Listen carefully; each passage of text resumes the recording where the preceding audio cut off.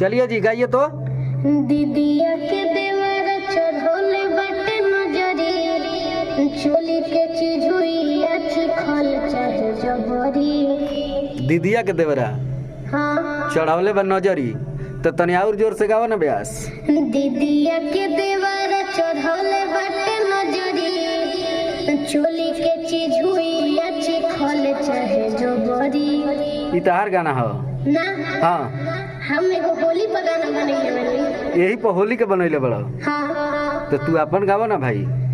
दीदिया के देवारा चढ़ौले बटे नजरी, चोली के चीज हुई रंगल चाहे जबरी। अच्छा माने जबरदस्ती रंगे के चाहता हाँ देवरा हाँ दीदिया के लिखले बा गाना?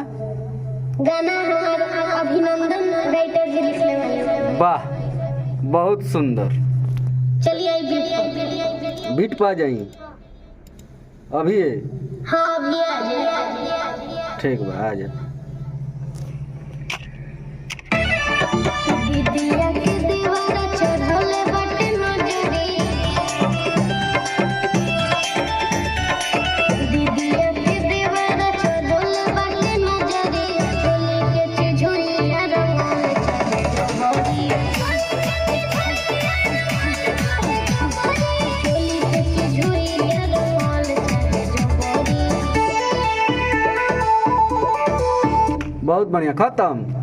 हाँ मुखरा खत्म अभी अंतरा बाकी बा। अच्छा गाना ननू हो गइल?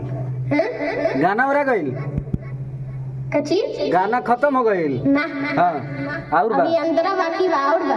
अच्छा चला जा अंतरा।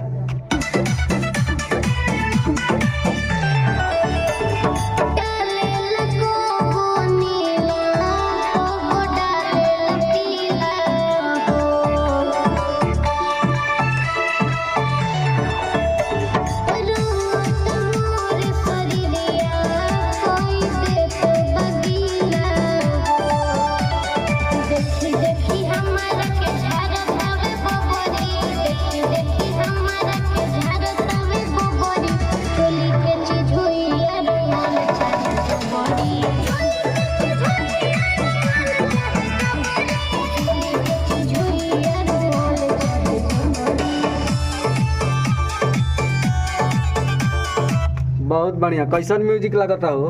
मस्त बा। मस्त बानू। चलो लास्ट अंतरा हो।